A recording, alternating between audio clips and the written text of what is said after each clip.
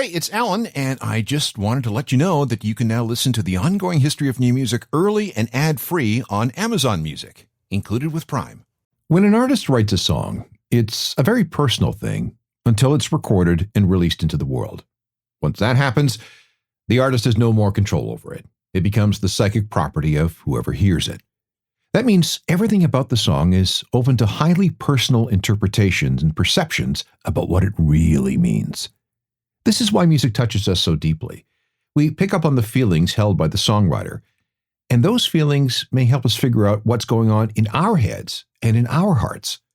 The artist has zero control over that, and sometimes there are unintended consequences. There are people out there who are already living on a knife's edge. They're angry, depressed, disturbed, and maybe mentally ill. And then suddenly, something, often something completely innocuous, comes along and sends them spiraling towards the horrific and the evil. It might be a movie, could be a video game, maybe it was a book they read, or maybe it was a song that somehow got stuck inside their head. The person begins to obsess over the lyrics or the singer. Perhaps they're able to decode what they think is a secret message directed solely at them. And every once in a while, that person is moved to act. Let me give you an example. David Berkowitz, the son of Sam killer, shot 8 people in New York City in the summer of 1976. Now, this man had plenty of issues, but when he heard the song Rich Girl by Hall & Oates, he knew that he had a target for his rage: young women. So a Hall & Oates song inspired an infamous serial killer? Yeah. John Wayne Gacy was a pedophile, a serial killer with at least 33 victims. He was into Elton John, Bob Dylan, Neil Diamond, and REO Speedwagon. There were others like Gacy and Berkowitz, evil, twisted people who took their clues from songs. I call this episode Murder Ballads and Other Deadly Songs. And what you're about to hear is not pretty. This is the Ongoing History of New Music podcast with Alan Cross.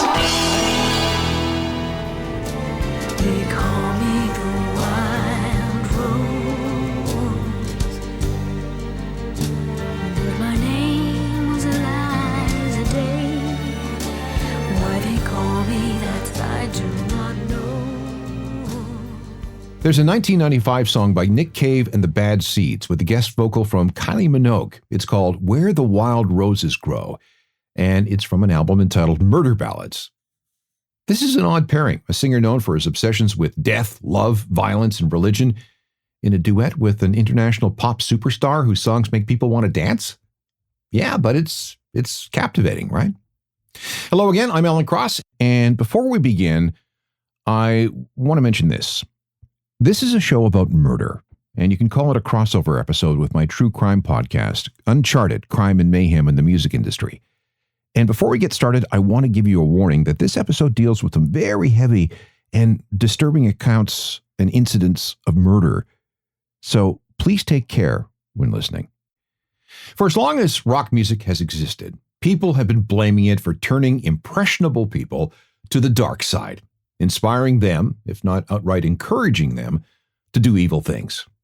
Now, my opinion is that an unstable, mentally ill person is liable to be triggered by anything. And yeah, sometimes that trigger might be a song. There are, however, not that many documented cases of this actually happening. I can give you a couple. Charles Manson believed that the Beatles were speaking to him through the song Helter Skelter from the White Album. It's convoluted, but he thought that the Beatles were encouraging him to start a race war. The ultimate result was the Tate LaBianca murders in Los Angeles in the summer of 1969. Richard Ramirez, also known as the Night Stalker, went on a killing spree in Los Angeles and San Francisco between 1984 and 1986. He killed at least 14 people and maybe more during that time. He would break into their homes, kill them, and then leave. When he was finally arrested, we learned that his favorite band was AC/DC. At one murder scene, he dropped a baseball bat with AC/DC written on it. He was obsessed with the album Highway to Hell and loved the song Night Prowler, which has these lyrics. Was that noise out your window or a shadow on your blind, and you lie there naked like a body in a tomb, suspended animation as I slip into your room.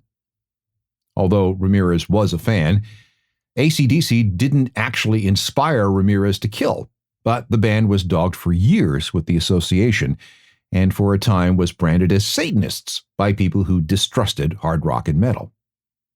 On August 17, 2002, Justin Barber drowned and then shot his wife. He then shot himself 4 times before calling police. He claimed that they'd been mugged. An investigation later revealed that he set it all up so he could collect on an insurance policy. One of the things they uncovered is that he listened to Guns N' Roses, specifically the song Used to Love Her, But I Had to Kill Her, and he listened to this song for half an hour before he set after his wife. That same song resulted in the death of the live-in girlfriend of Thomas Wilhelm. He was drunk and listened to the song on repeat before he shot her. One more. In 1995, Megadeth released a single sung in French called A tout le monde. It was shown on MTV once before being banned on the grounds that it promoted suicide, something that leader Dave Mustaine denied. On September 13, 2006, more than 10 years later, Kim Vir-Geer went into Dawson College in Montreal, killing 1 student and injuring 19 others before shooting himself. The investigation found that he was a wild conspiracy theorist, a 9/11 denier, and a huge fan of Megadeth. He did leave a suicide note on his blog, and he quoted from A Tout le Monde. And would you believe that U2 triggered a stalker to kill the object of his obsession? Oh yeah. This is the story of a real piece of work from Arizona named John Bardo. Rebecca Schaefer was having a good life. She was 21 years old and already had a run on a CBS sitcom called My Sister Sam. After it was canceled, she was able to find more work in a series of movies. Her career was off to a really good start. There was a problem, though. For 3 years, she was stalked by Bardo. It started when she was about 16 with a letter. Then there was another, and another. He started showing up at the Warner Brothers lot where My Sister Sam was filmed, but was turned away by security. For a while, Bardo's obsessions were transferred to Madonna, and then Debbie Gibson, and then Tiffany. But he kept Rebecca in the back of his mind. He wrote his sister, "I have an obsession with the unattainable, and I have to eliminate something I cannot attain." In 1988, Rebecca appeared in the movie Scenes from the Class Struggle in Beverly Hills. Her sin, in the head of Bardo, was that there's a scene where she appears in bed with another actor, and something snapped. She needed to be punished for, and this is a quote, "for becoming another Hollywood whore." He paid a detective agency to find Rebecca's home address. His brother bought him a gun. Bardo went back to L.A., walked up to her front door, and rang the bell. Rebecca, who was waiting for a script to be delivered, answered the door. They talked briefly, but Bardo was told to get lost. He went for breakfast at a nearby diner. Then he went back to the house, rang the doorbell again, and when Rebecca answered the door, he shot her in the chest at point-blank range. Bardo was arrested the following day and charged with murder. When the trial started, Bardo mostly sat quietly. But then the prosecution played a U2 song for the court. It was a track from the Joshua Tree album called Exit. As soon as it came on, and there's no other way to describe this, Bardo started rocking out, singing and smiling and air drumming and bopping along with the song from his seat at the defendant's table. A quick note about this song. It was inspired by the Truman Capote novel In Cold Blood, which tells of the true senseless murder of a family in Kansas. The lyrics apparently were a motivating factor in Bardo's motives. I quote, "He interpreted parts of the lyrics as references to himself and Schaefer. The song inspired him to do what he did." U2 was, of course, horrified. They didn't play the song live for the next 30 years.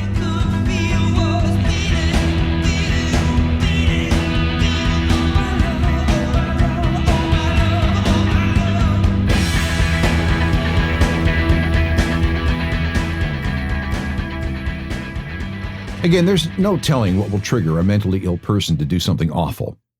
In 9:15 in the morning of March 5th, 2001, a 15-year-old unpopular and uncool kid named Charles Andrew Williams went into the boys' bathroom at Santana High School in Santee, California.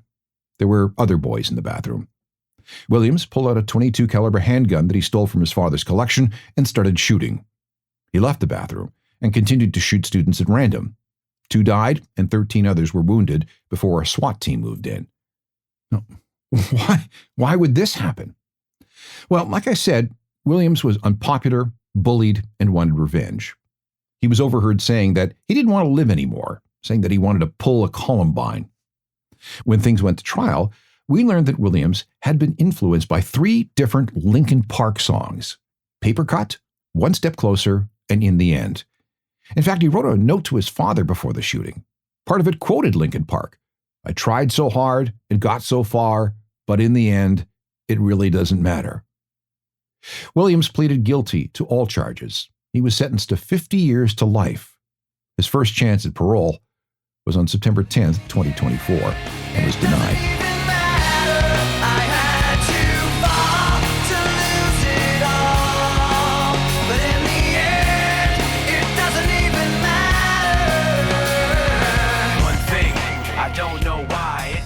Metallica is another band with a song that somehow figured prominently in murder.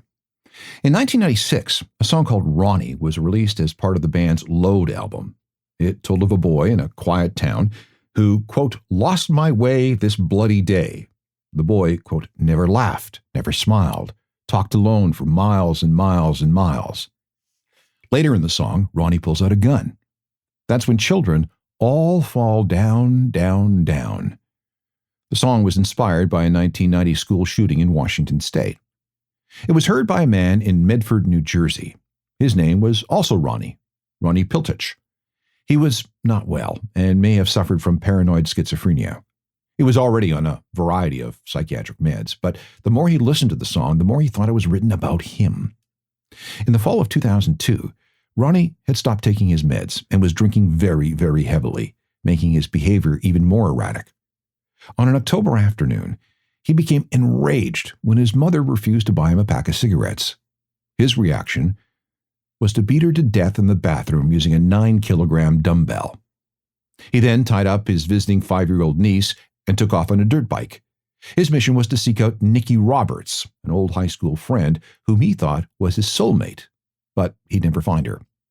An elderly woman was out for a walk, minding her own business, when Piltich attacked her. She was hurt, but she survived. Riding off into the woods, he ran into an 11-year-old boy named Gregory Katnelson, who was riding his bike to a friend's place. Piltich stabbed him to death and tossed his body into a nearby pond with the kitchen knife still in place. Later that afternoon, Piltich gave himself up and turned himself in. At his trial, he told the court that he honestly believed that Ronnie, the Metallica song, was directed specifically at him. He was sentenced to 50 years in jail. Metallica has never played this song live.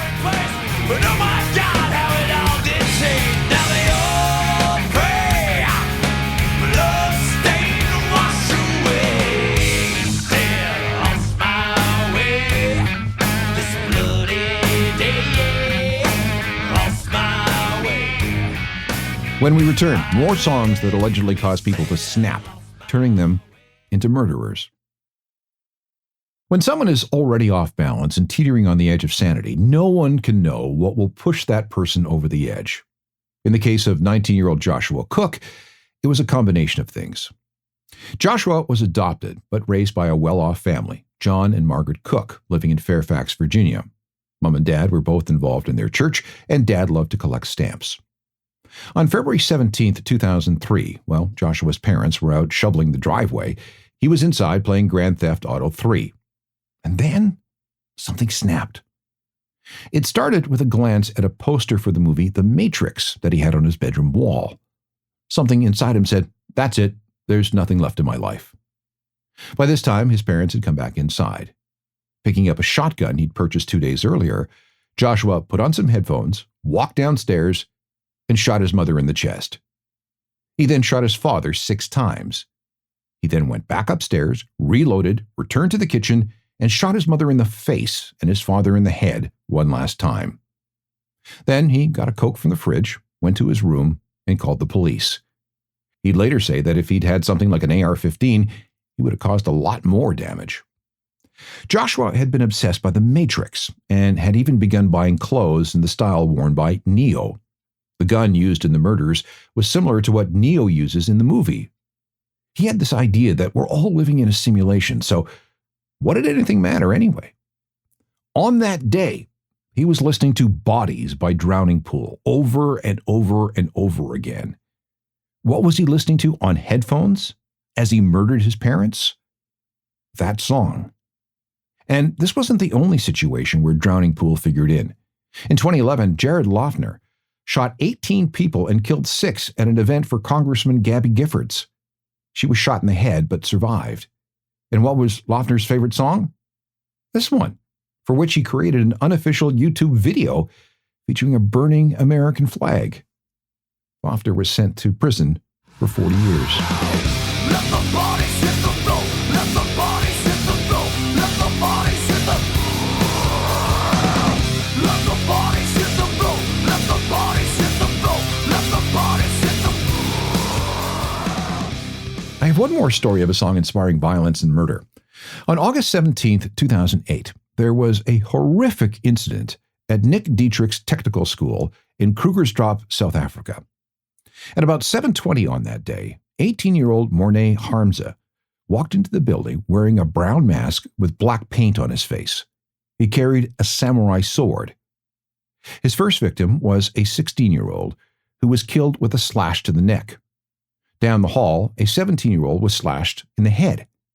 He was confronted by 2 groundskeepers, and both were slashed and injured.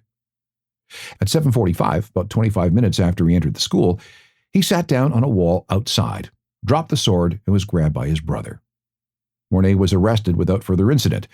He was charged and sentenced to 1 count of murder and 3 of attempted murder and sent to jail for at least 20 years. Here's where the music angle comes in. At first, he said he was deep into Satanism, demonology, witchcraft, and Ouija boards. Satan, he said, had told him to carry out the attack. And second, he blamed Slipknot. Mornay's story is that when he discovered Slipknot, he lost control of his body. It had a mind of its own. That mask he was wearing? Well, depending on who you asked, it looked like a Slipknot mask. Maybe it was similar to the one worn by Corey Taylor. Or it could have been modeled after a Geordie Jordison mask. He also wore a getup that looked like something Jordison would wear on stage. He carried a bag with him that morning. Inside were 3 more samurai swords and a clown mask that could have been a stand-in for what Slipknot's Sean Crahan wore. Whatever the case, Mornay referred to this as his maggot mask. And if you don't know, Slipknot's term of endearment for their fans is maggots. Corey Taylor of Slipknot released this statement. Obviously, I'm disturbed by the fact that people were hurt and someone died. As far as my responsibility for that goes, it stops there, because I know our message is actually very positive. I'm not encouraging anybody to kill anyone. I encourage our fans to express themselves, to stick together, and to help each other.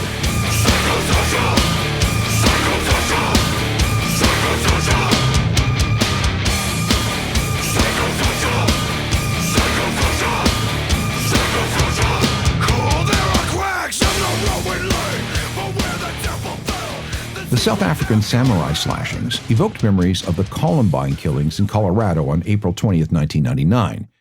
Marilyn Manson took a lot of blame in that case because apparently the 2 killers were fans of his. He was unwelcome in Colorado for years after that. And wait, let me give you one more. In 2009, an Arizona man named Michael Miller went on a stabbing spree against his family at about 4 a.m. He attacked his wife first, screaming lyrics from what the media said was an Eminem song. He yelled, "Here comes Satan! I'm the Antichrist! I'm going to kill you!" His wife died, his daughter died, but his 4-year-old son, who was stabbed 11 times, survived. Once he was done, he called 911, explaining that he'd just killed his wife because she was possessed by a demon, and then sat down and waited for the police to arrive. Again, the media was all over the influence of Eminem in this case. Weirdly, though, there is no such Eminem song with those lyrics. We're going to switch things in a moment and look at a couple of songs that were inspired by violent, murderous events. Murderers and serial killers have been memorialized in hundreds of songs, And lest you think that this is a modern phenomenon, you're wrong. You might know a nursery rhyme called The Muffin Man. It's alleged that it was inspired by a 16th century baker named Frederick Thomas Linwood, who turned into a serial killer. His thing was to attach a muffin to a string and then drag it down the street trolling for young kids. The story is he killed 16 kids this way and 7 pastry chefs who were his rivals. In modern times, there are more than 24 songs about David Berkowitz, the son of Sam Killer. They come from everyone from the Beastie Boys to Elliott Smith to Lana Del Rey. There are a similar number of songs about Ted Bundy, rock, pop, metal, hip-hop. Jeffrey Dahmer seems to have the most songs written about him, with about 50. Pearl Jam, Slayer, Black Eyed Peas, Katy Perry, Eminem, Dr. Dre, Violent Femmes, J. Cole, and many more. There's also no problem finding songs about John Wayne Gacy, Jack the Ripper, the Unabomber, and Richard Ramirez, the Night Stalker. Hey, Michael Jackson wrote Smooth Criminal about Richard Ramirez. Despite their name, you won't necessarily expect the Killers to write about a killer. Yet they did. In fact, it's the first track on their debut album, and it's one of at least 3 Killers' killer songs. At 6:15 in the morning of August 26, 1986, the body of an 18-year-old woman named Jennifer Levin was found in Central Park in New York. There were signs of a severe assault. Death appeared to be by strangulation. Her one-time boyfriend, Robert Chambers, was arrested and charged with her murder, with the thinking being that her death occurred during some rough sex. He claimed that he killed her accidentally when she was hurting him. Chambers was dubbed the Preppy Killer and the Central Park Strangler. In the end, he copped a plea deal for first-degree manslaughter and was sentenced to 15 years in prison, finally getting out in February 2024. In the end, he copped a plea deal for first-degree manslaughter and was sentenced to 15 years in prison, finally getting out in February 2004. He was arrested again in 2007 and sentenced to 19 years for selling drugs. And he and his girlfriend were running a coke business out of his apartment. He was released in July 2023. The first band to write a song about the case was Sonic Youth. There's a track called Eliminator Jr. on their 1988 album Daydream Nation. And the other is Jenny Was a Friend of Mine from the Killers. It's written from Chambers' point of view. The lines, "There ain't no motive for this crime. Jenny was a friend of mine." And that was basically Chambers' defense.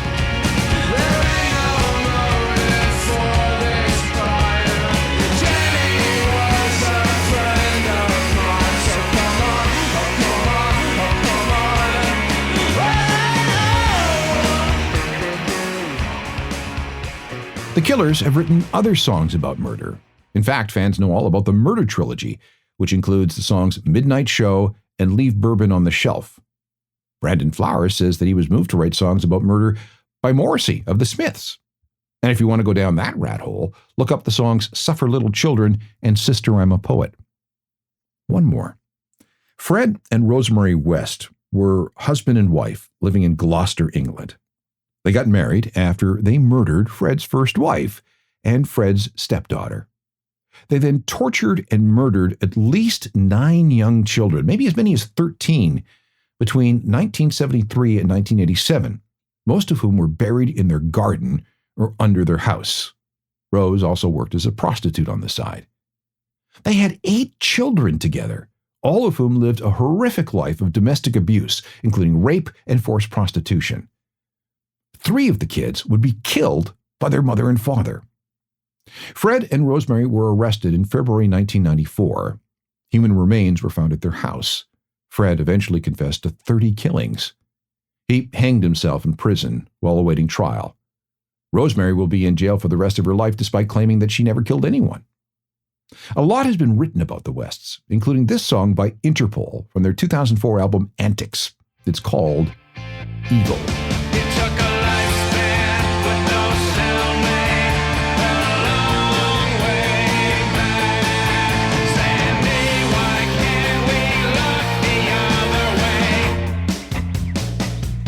Here are a few more situations where a killer has claimed to have been motivated by a song. In 1994, a 17-year-old shot a Milwaukee cop, later claiming that he got the idea from a Tupac song. There are the horrorcore murders in 2009 in Virginia, where a guy named Richard McCroskey killed 4 people. He was into the extreme music of groups with names like Dismembered Fetus and Bloodshot. And then there was the 2013 killing of a student athlete in Chicago, allegedly inspired by the lyrics written by rapper Chief Keef. Like I said earlier, there are hundreds of songs written about serial killers. And I'm sure if you look on Spotify, you'll find a bunch. If you're into the true crime and music thing, there's my other podcast, Uncharted, Crime and Mayhem in the Music Industry. That's all we discuss. And you can find Uncharted wherever you download podcasts. Meanwhile, there are hundreds of ongoing history podcasts available. Episodes stretch back decades. Download as many as you want and binge away. You and I can meet up on any of the social media platforms. There's also my website, ajournalofmusicalthings.com, for all kinds of music news and info. Get the free daily newsletter. You won't regret that. And all emails should go to alan@alancross.ca. Technical productions by Rob Johnston. We'll talk to you next time. I'm Alan Cross.